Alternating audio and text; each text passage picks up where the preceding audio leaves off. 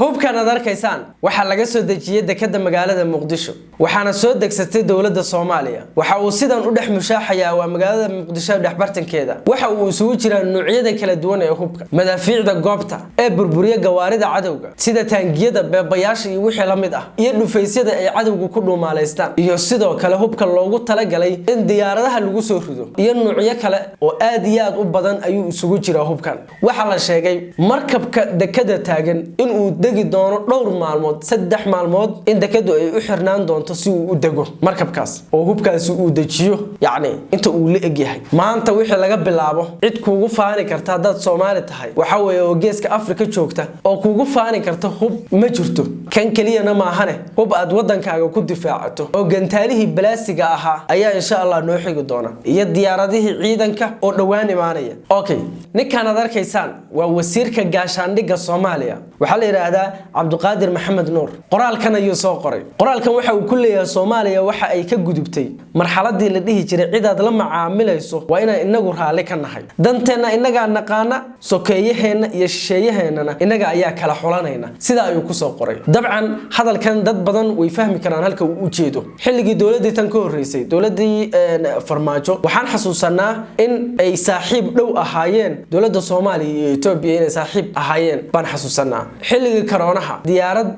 Masar ka socotay oo military ah oo daawo waday ayaa Soomaaliya rabtay inay soo aado laakiin dib baa laga celiyay oo maadaama Itoobiya aanay ku qanacsaneyn in Masar oo cadow ay yihiin ay Soomaaliya xulafo la tahay saaxiib dhow ay yihiin ay yaani daawo halka keento diyaarad military sida darteed baa loo celiyay marka wuxuu leeyahay marxaladaas waan ka gudubnay sidaas buu ula jeedaa sida caadiga ah oo cad hagaag halkan su'aal baa taagan oo qof kasta oo muuqaalkan daawanaya aan weydiinayo maadaama Soomaaliya ay hub aad iyo aad u fara badan la soo degtay dawladdu macquul ma tahay hubkaasi inuu san gacanteeda ka bixin dawladda ama han noqdo mid aad hubkaasi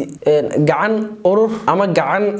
beel ama gacan shakhsiyaad aad hubkaasi inuu noqdo macquul ma tahay oo dawladdu ay sideeda u sii haysato su'aasha sida ay kula tahay uga jawaab okay wixii ka dambeeyay dawladii kacaanka burburkeedii ma jirin hub noocan oo kala oo Soomaaliya u soo degaahay ma jirin maadaama Soomaaliya una qabantayntii hubka laga qaaday waxa ay awoodaa inay la soo degto hubka ay rabto noocyada kala duwan ee hubka waxay la soo degi kartaa gantaalaha ridada dheer hadii ay jaaniskaas hesho oo qaaradaha isaga gudbo ay la soo degi kartaa diyaaradaha nooca ugu dambeeyay ay soo gadan kartaa hubka nooca ugu waaweyn ugu culculus ay la soo wareegi kartaa soo qaadan kartaa ma jirto cid hor istaagi karta maanta maalinkii cuna qabataynta Soomaaliya laga qaaday ayaana arrinka ugu dambeysay dabcan hubkan maadaama uu yahay hub aad iyo aad u culus laguna talagalay in xuduudaha lagu difaaco waxa la geyn doonaa xuduud beenaadeed ayaa la geyn doonaa waxa laga yaabaa inay kugu jirto oo aad isleedahay hubkan yaa ridaya oo dadkii ridi lahaa waxa ku jooga wiilal farta ka xiran oo tababar ku soo qaatay jugta culus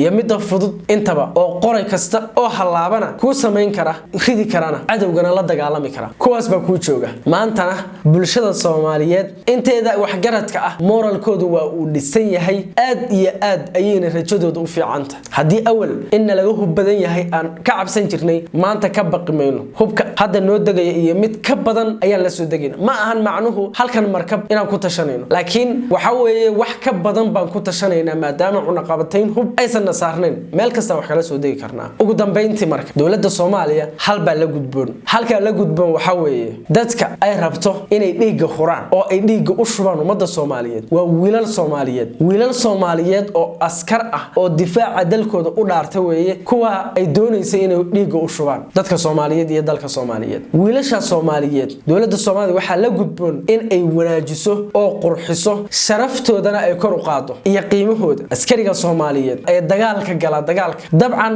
dawladda cid mushaar ka qaadata waa midka ugu yar mushaarka ugu yar waa midka qaata $200 qaata dawladda Soomaaliyeed maanta laga bilaabo waxa la gudboon lacagta ay qaadanayaan askartu in hal mar jug culus oo mushaar ah loo kordhiyo ugu yaraan $500 in looga dhigo ha meesha hadda Itoobiyaanka la raba inay ka baxaan Itoobiyaankaas meesha ku jiraahay waxay qaadanayaan $1,500 wax ka badan atmisan ka midna hay leeyihiin waxa weeye $1,500 wax ka badan bay qaadanayaan ala askari maxaa diidaya ninkii wadanka u dhashay inuu $1,500 iyo ka badan uu qaato si ammaanku u sugmo isaga wadankii ka aqoon dadkii dabeecadooda ka aqoon ka fahmi qofka dhibaatada wadana dareemi kara qofka wanaag wanaaga wadana dareemi kara maxaa diidaya waxba dawladda Soomaaliya waa inay xoog saartaa oo dib ugu laabataa ugu dambeyntii marka maalmaha soo socda waxaan sugnaa waxa weeye isbuucyada soo socda diyaaradihii ciidanka iyo taangiyadii iyo maaragtay hubkii culculusa ee gantaalaha lahaa ayaan sugaynaa insha Allah taala iyo waxaan sugaynaa dhoolatuska ay qaban doonto dawladda Soomaaliya ciidanka Soomaaliya dhoolatuska ay qaban doonaan ayaan sugaynaa insha Allah taala waxa ay kula tahay ra'yigaaga nala wadaag wassalaamu calaykum